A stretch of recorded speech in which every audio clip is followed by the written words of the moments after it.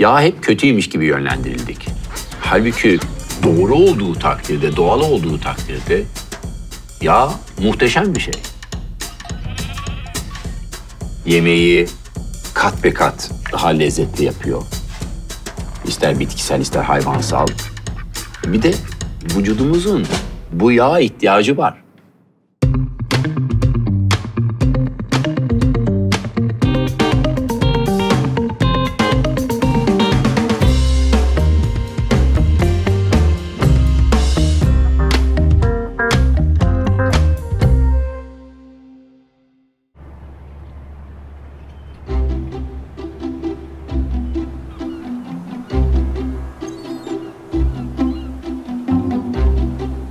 Yağdan korkmaya gerek yok. Bugün çoğu şehirli özellikle işte sürekli üstümüze şunu yemen lazım, bunu yememen lazım, aman yağsız olsun, aman light olsun, şöyle olsun, böyle olsun. Çoğumuzu yağdan korkar hale getirdi. Halbuki yağsız yaşayamayız. Bir de yemeğin tadını bambaşka bir seviyeye getiriyor. Özellikle profesyonel mutfaklarda çalıştığımız zaman bunu çok yakından görebiliyoruz. Sadece kullanmak değil, bol miktarda kullandığın zaman daha da lezzetli hale getiriyor yemeği. Yağdan bahsedince genelde hep zeytinyağı, tereyağı gibi yağlar geliyor aklımıza. Diğer hayvansal yağları çok fazla kullanmıyoruz. Örnek kaz yağı. Genelde korkuluyor da bundan. Yok ki tadı ağır olacakmış vesaire diye. Yoğun bir tat ama ağır hiç değil. Tam tersine. Türkiye'de ise Kars'ın Susuz ilçesindeki bu endemik kazlar çok değerli. Her hanenin hem ekonomik olarak hem de kültürlerinde, geleneklerinin çok önemli bir parçası. Kaz sıfır atık. Yani sıfır atık değil mi? Her şey kullanılıyor. Her şey kullanılıyor. Efkânzariç ise Susuzlu ve hem kendi köyünde hem de çevredeki diğer köylerde bu kazın üretiminin sürdürülebilir hale gelmesi ve tanınması için çok yoğun çalışıyor. 29 Ekim ile 10 Kasım arasında bizde kar yağar ve bu kar yağdıktan sonra kazlar o kardan bir miktar yedikten sonra bu kas yapısının, et yapısının tam normale yetişmesini sağlıyor bu soğuk kar, buz. Esas lezzeti veren belki de odur. Çünkü diğer bölgelerden gelen kazlarda o lezzeti biz bulamadık. Getirildi daha az maliyetli diye. Peki yağ yani şimdi dünyada çok satılan bir şey. Bayağı pahalı yani iyi paraya da satılıyor. O kaz yağından özellikle patateste veyahut da başka bir sürü şeyde evet. Kızartmalarda muazzam bir lezzet veriyor. Onu ben hiç yani bir iki yerde merkezde görmüştüm satıldığını kavanozlarda ama böyle markasız vesaire öyle bir yerde işte rafta duruyor. Bunu çok kişi kendileri mi kullanıyor? Kaz yağı mesela kete yapımında kullanılıyor. İşte hamur işlerinde kullanılıyor. Patates kızartmada kullanılıyor. Bu yağla kızartılan kurumuyor. Yani açıkta da kalsa tabii. Kurumuyor, yumuşaklığını koruyabiliyor.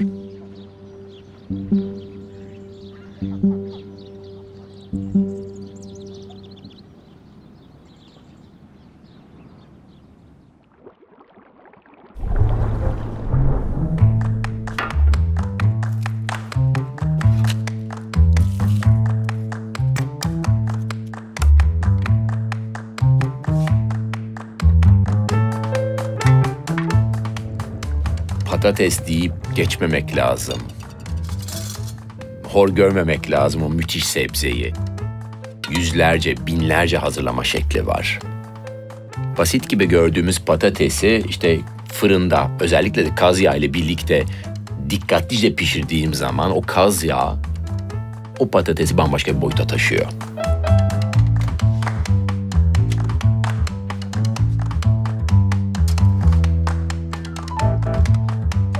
Sıkça tekrar fırına gidip erimiş olan kaz yağını da üstüne döküyorum defalarca. Ve pişene kadar bunu da tekrarlıyorum. Müthiş bir sonuç oluyor tabii.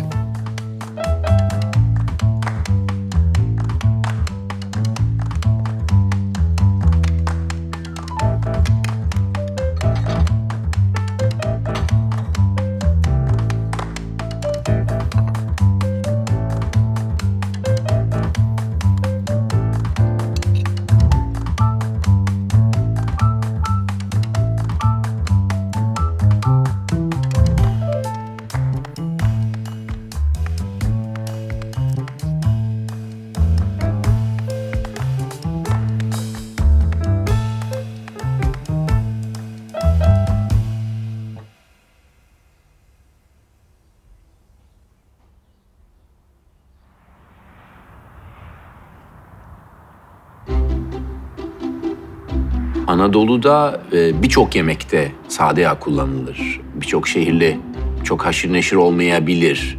Temelinde arındırılmış bir tereyağı, süt proteinlerini almış ve ismi üstünde sade bir yağ kalıyor. Çok değerli bir yağ. Doğru üretildiği takdirde hem çok sağlıklı, aynı zamanda yemeğe çok ciddi bir lezzet katıyor. Çoğumuz baklavada kullanılan yağ olarak biliyor ama çok daha başka türlü yemeklerde de kullanılıyor. Geleneksel yöntemle yapan çok fazla insan kalmadı. Urfa'nın biraz dışında Ahmet abi ve ailesi yıllardır, nesiller boyunca bunu yapıyorlar. Tek tek dağların dibinde işte koyunları her gün dışarı çıkarıyorlar, getiriyorlar ve bütün aile olarak bu yağı üretiyorlar. Vallahi hayvancılık işte dededen babadan kalma devam ediyoruz. Geçimimizi burada hayvancılıkla yapıyoruz. İşte tek tek dağ burası meşhur olduğu için devam ediyoruz. Bu tek dağların nesi meşhur? Hep diyorlar tek dağlar meşhur. Şu ilerideki dağlar mı? Karşı taraf. Ha, şu taraf. He, fıstığı meşhurdur. Ha. Menekşi meşhurdur. Bir de sade yağ yaparlarmış Sada eskiden. yağı burada, sada yağı ottan dolayı. Yani içindeki otlar çok doğal olduğu için tereyağı süper oluyor. Urfa'nın tereyağı süperdir. Dağın kendisine yetişen otlar. Evet. Hangi otların var? Onlar işte caterdir, zaterdir, hepsi beraber yani. Her ne istiyorsun bitki varsa hepsi var içinde. Tek tek dağlarında. Nisan ayında burada bir ot var. O hayvan o otu yediği zaman o sütün tadı bambaşka oluyor. Ne otu o? Çeşit yani çiçekler var. Ha öyle bir tane ot değil, bir sürü ot. Yok bir sürü. Yani bir sürü ot kendi kendine yetişiyor. O katmi biz Arapça ona katmi diyoruz. Beyaz çiçekler açıyor. Hatmi çiçeği. He, katmi çiçeği. O hayvanlar onu yiyince daha bambaşka o sütü, yoğurdu, ayranı bambaşka bir teze veriyor. Yani bir tat veriyor. Onu ayrı satıyor musun? Yani bahar ayı sütü diye yazıyor musun tenekeye? Yok yazmıyoruz. Ya da yağı. Yok biz yazmıyoruz. Hepsini Yani bütün hepsi olarak. birden satıyoruz doğru. Hepsini biz birden satıyoruz. Ne kadar dayanıyor o yağ? O yağ bir sene dayanıyor. Bir sene dayanıyor. Bir sene. Bir sonraki sene zaten bir daha yapıyoruz. Tabii bir seneki sonra teze yapacak. Biz burada yağı satarken bu geçen sene yağını diyoruz, bu yeni yağ. Sen de bir tek o yağ mı kullanıyorsunuz burada? Evet. Başka yağ kullanmazsın burada değil mi? Yok. Sadece sade yağ. Bütün Biz sade yağ yemeklerde. kullanıyoruz. Sen ne dedin? Bulgur pilavı yapıyoruz da sonra üstüne mi döküyoruz? Ha, üstüne eritiyoruz o yağı, üstüne döküyoruz. Ama nasıl bir tat veriyor ha. Vallahi. Ben çok seviyorum.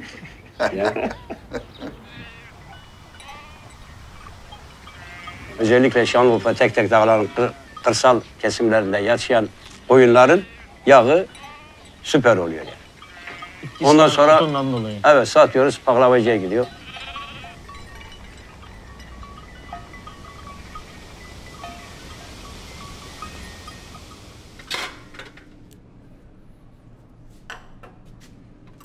Lahana genelde turşu olarak yeniyor veyahut da işte çiğ salatalarda yeniyor. Izgaraya koyduğun zaman ise veyahut da fırında pişirdiğin zaman bambaşka bir boyuta götürebiliyorsun bu basit sebzeyi. Kuzey ülkelerinde çok kullanılıyor. Farklı şekilde kullanıyor çünkü kışın çok fazla sebzeleri de yok. Onun için yaratıcı olmak zorunda kalıyorlar. Patatesle, lahana ile vesaire. Biz buna baktığımız zaman bununla kebabımsı bir şey yapabilir miyim diye kurcaladım. Ve önce şekille başlayıp acaba bir şişe geçirip ne çıkarabilirim oradan diye düşündüm. Ondan sonra yavaş yavaş işte nasıl tatlandırırım diye kafa patlattım.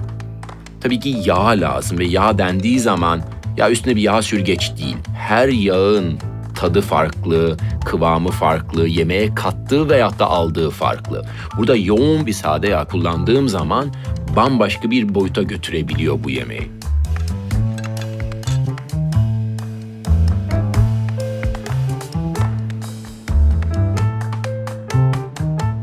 Tabii ki pekmez, isot, sumak bambaşka bir tat veriyor bu yemeğe ve üstüne fırçaladığın zaman çok lezzetli oluyor. Ama burada büyük farkı yaratan ve gerçekten değerli olan iyi bir sade yağ.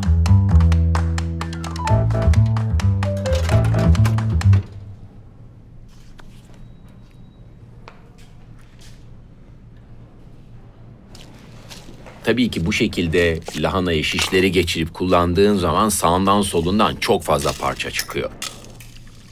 Bundan ya bir turşu yapabilirim veyahut da işte ince ince doğrayıp bir salata olarak da yiyebilirsin.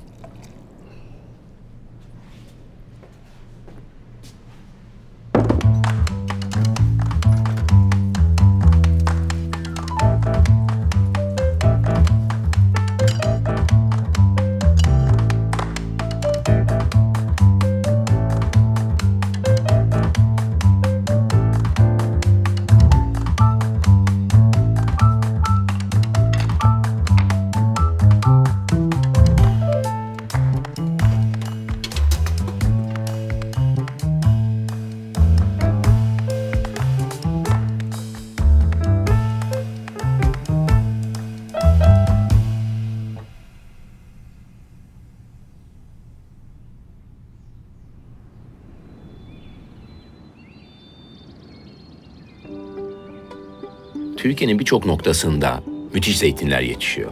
Hemen hemen her yerinde farklı cins ve farklı lezzette zeytinyağlar var. Doktor Mustafa Tan ise çok eskiden beri zeytincilik, zeytinyağı ile uğraşan bir aileden geliyor. Zeytincilik konusunda hem Türkiye'de hem Türkiye'nin dışında Orta Doğu, Kuzey Afrika, Kıbrıs gibi birçok yerde tarımsal alanları tekrar zeytinciliğe nasıl çeviririz, zeytinciliğinin doğru yapılması ile ilgili sayısız yayını var ve sürekli bu eğitimleri ve seminerleri veriyor. Yani benim herhalde bir 40 senem zeytinle geçti. Öğrencilik dahil. Yani çok eksiğimiz vardı. Zeytin ağacı ile ilgili hiç kimse bir şey konuşmuyordu Mehmet Türkiye'de. Kahvelere gidiyorduk. Zeytinle ilgili bir şey anlatmaya kalktığımızda insanlar okey oynuyordu köy kahvelerinde. Medya hiç konuşmuyordu. Zeytinyağının, zeytinin faydaları hiç konuşulmuyordu. Tıp doktorları başka yağlara yönelmişti. Çok sancılı bir dönemdi. O zaman bu işlerle uğraşmak da birazcık kahraman şövalyelik gibi bir şeydi. Ama senin Yani ailende var. Sen şimdi şişenin üstüne yazmışsın. Kaç ne? 1893 diye yazdın. Hatırlıyorum sen bu etiketi yaptığın dönemde. Niye daha eskisine koymuyorsun? 500-600 yıllık Evet. ailen gidiyor geriye doğru. Niye onu koymuyorsun diye de sen şey demiştin o zaman. Yazılı bir doküman bulamamıştın. Bu tarihle ilgili bu ciddi tarihle. dokümanlarımız var. Bu köyde benim atalarım 700 yıldan beri bilinen 7 kuşak falan oluyor. 8 kuşak hatta buradayız. En eski ağaçlar şu karşı tepede Şu, değil mi? evet, onlar zaten Cenevizlilerden falan kalma. Daha eskilere de gidiyor. Yüzyıllardır burada. Bu bölge niye? Hep konuşuruz, tamam biliyoruz işte zeytincilik hep buralarda vardı, işte Zeus amca şu ileride oturuyormuş tahtında. Yok işte Papa Vatikan'a buradan yağ gönderirmiş, imparatorlara buradan yağ gidermiş vesaire. Hep bu bölgeden, doğru mu? Yani buradaki o tanrıların dağı oluşu biliyorsun İlyada, Homeros. Burada da anlatılan hem Çanakkale, Troy savaşları falan. Bu bölgeyle ilgili ciddi bulgular var bir kere. Zeytin'e geldiğimizde bu yörenin özellikle konumu, oksijen yoğunluğu, İsviçre'nin Alplerinden sonra ikinci yoğunlukta oksijen olduğu ve havasının çok temiz olduğundan bahsedilir. Bu bir bilimsel bir açıklamadır. Aynı zamanda toprak yapısı. Bakın şu toprak, bu bölgede hiç susuz bir zeytin yetiştiriyoruz. Yani bu çok önemli. Sulamıyorsunuz hiç. Sulamıyoruz. Yani susuz Ne karpuzu yağıyorsa, bilirsin ne kadar evet, lezzetli olur. Kavun da aynı şekilde. Bu ağaçlarda bir tane su verilmemiştir. Birçok kişi su verir. Şu zeytinin iriliğinde zeytin bulamayız. Yani bir kere bu bir tanrı vergisi, Allah vergisi diyelim bu toprak. Gübre mübre? Gübre atılıyor. Ama organik gübreler var. Ya da çevreye en az zararı olan gübreler var. Biz köy olarak aslında buna çok hassasız. Hatta şu karşıda bir taş ocağı çıkarılmak istendi. Ve ona karşı da bütün köylü birlik olup karşı çıktık. Ve bunu durdurmayı başardık. Yani bizim ilkemiz temiz, sürdürülebilir, gelecek nesillere temiz bıraktığımız bir toprak. Biz geleneksellikten uzaklaşmadan çevreci uygulamalarla en düzgün işi yapmaya çalışıyoruz.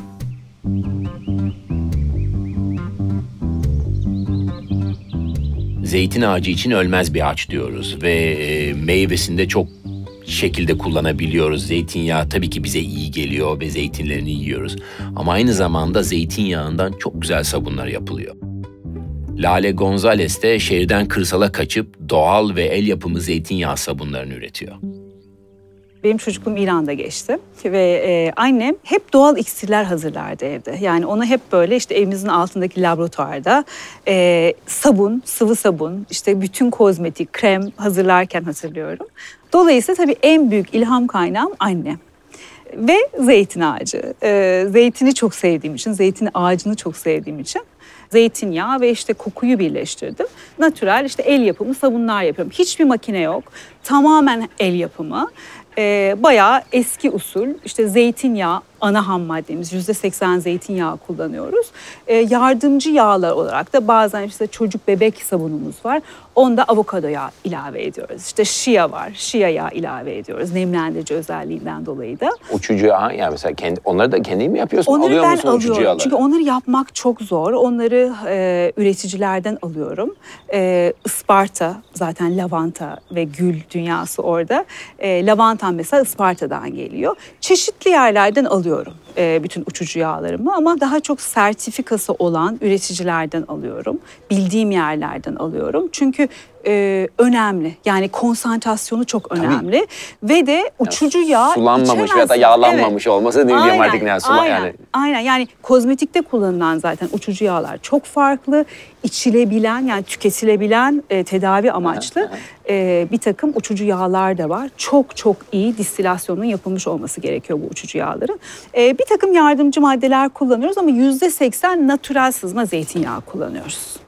Yani bayağı tattığımız işte sağlıklı, lezzetli, aynen o zeytinyağını sabunda kullanıyoruz.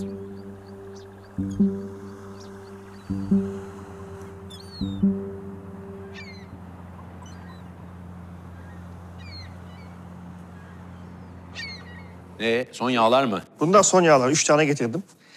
Ege bölgesi. Orta Ege gibi yani kıyıya yakın. Her sene birçok yağ tadıyoruz. Birçok başka ürün de deniyoruz aynı şekilde. Tangöre sürekli yollarda. Ve her gittiği yerden, her yerde tanıştığı değişik üreticilerden muhtelif ürünler geliyor. Bunlar yeni getirdikler. Bu geçen sene Görsel Tombul. Bu Şirince. Bu da 5 gün oldu. Yıldızımız bu. Bazen bu çeşit çeşit pekmez olabiliyor. Bazen işte özellikle zeytin hasat dönemi civarında işte hemen hasattan sonra yağ çeşitleri gelmeye başlıyor. Sonra oturuyoruz, tadımına bakıyoruz. Bazen bir kerede hemen karar verebiliyoruz. Bazen çok uzun sürebiliyor. Genelde bir araya toplamayı tercih ediyoruz ki birbiriyle karşılaştırabilelim. Çünkü insan hatırlayamayabiliyor bazen tam neydi diye. Biraz daha güçlü durum. Biraz mı? Bak ne kadar fark ediyor ama. Altın sarısı. İnsan böyle bir etkileniyor ya renginden. Hiç ona bakmadan. Bu bile güzel yani. Bir sene sonrası bile. Yakıyor. Sağlam yakıyor. Ki bu bayağı şey. Yani çimi kesmişsin, onu bırakıyorsun ya. Hafif bir fermente oluyor böyle güzel güzel kokusu da dağılıyor. Bir sene sonrasına karşın performansı gayet iyi onun. Yani ben o performansı mesela beklemiyordum ondan o kadar. Yani bundan 10-15 sene önce bu kadar fazla çeşit yoktu en azından. Yani üretici vardı ama bu kadar uzmanlaşmamıştı en azından zeytinyağcılık. Uzman tabii değildi de biraz daha net olması lazım. Özellikle biz bu kadar işin içindeyiz, kafamız karışıyor. Markete ya da başka nereden neyse yağ alıyorsa hangisini alacağını insan... Standart yok. Yani standartın olmaması çok iyi aslında yok, ama etiketleme standartından bahsediyorum. Aynen. Tek bir bahçeden mi bu? Bu başka bir bahçeden mi? Bahçeler karışıyor mu? Aynen. Ne aldığımı bilebiliyor olmam lazım. Bu bir tanesinin şişesi havalı diye mi çok para veriyorum? Evet. Yoksa ağaçlarına iyi baktı diye mi çok para veriyorum, o parayı hak ediyor mu? Onu çözemiyorsun. O zaman da evet tanıdıklarımızdan, güvendiklerimizden alıyoruz ama o zaman da yeni bir şey keşfetmekte zorlanıyorsun. Şu neydi? O Şirince. İstiyor musun? İstiyorum. O bayağı bir şey. Yani ben bunun ilk tadına baktığımda bir acımtırak. Hı-hı. Ama pozitif yönde bir acımtırak. Güçlü bir de kalıcı. Ama birçokları buna alışkın olmayabilir. Bir de şey de var. Yani şimdi mesela şu zeytinyağını sabahları bir shot. Yani bunu yemeğe kullanmak, salataya kullanmak bence çok büyük haksızlık olur. Ya, tamam da yani güzelmiş. Boş ver haksızlık falan değil, güzel yapar yemeği. Soğuk sıkım zeytinyağı çok önemli. Riviera filan bastırılmış, parçalanmış yağlarda kesinlikle margarin şeyine geçiyor. Yani zeytinyağı da çok dikkat etmemiz gerekiyor. İkincisi tereyağı.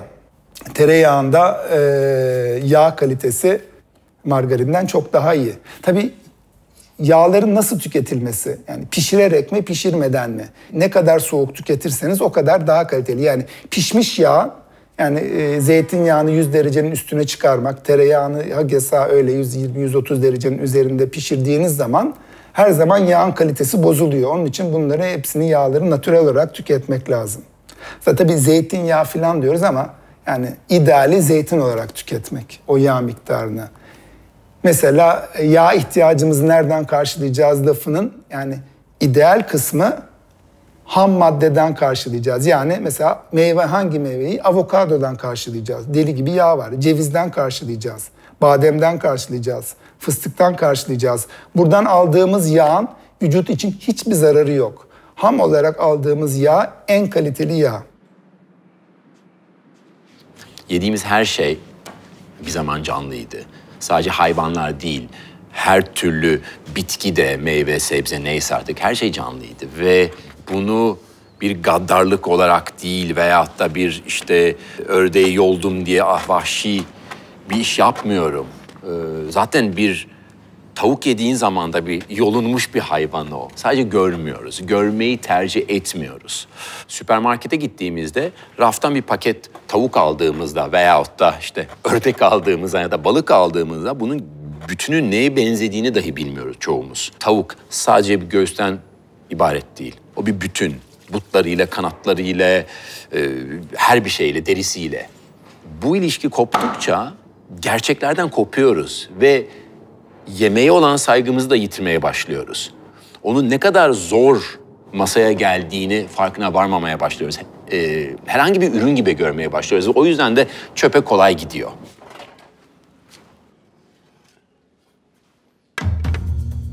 Ördeğin butunu çok hızlı bir şekilde fırında alt üst edip biraz dışını pişiriyorum.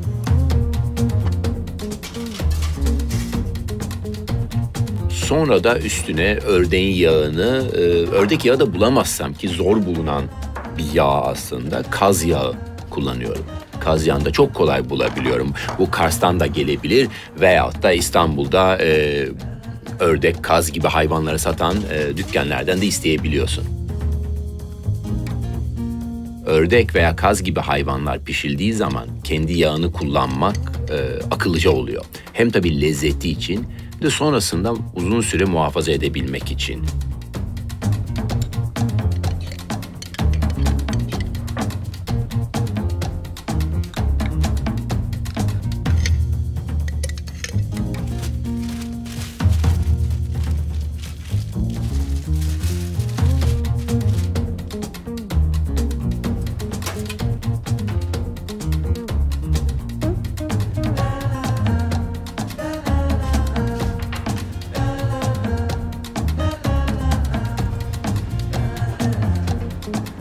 Fransa'da confit de canard, başka ülkelerde başka yemekler. Bu konfi yöntemi veyahut da yağın içinde yavaş yavaş pişirme yöntemi hem lezzet katıyor ama aynı zamanda özellikle kendi yağında muhafaza ettiğimiz zaman bu yemeği uzun saklamamızı sağlıyor.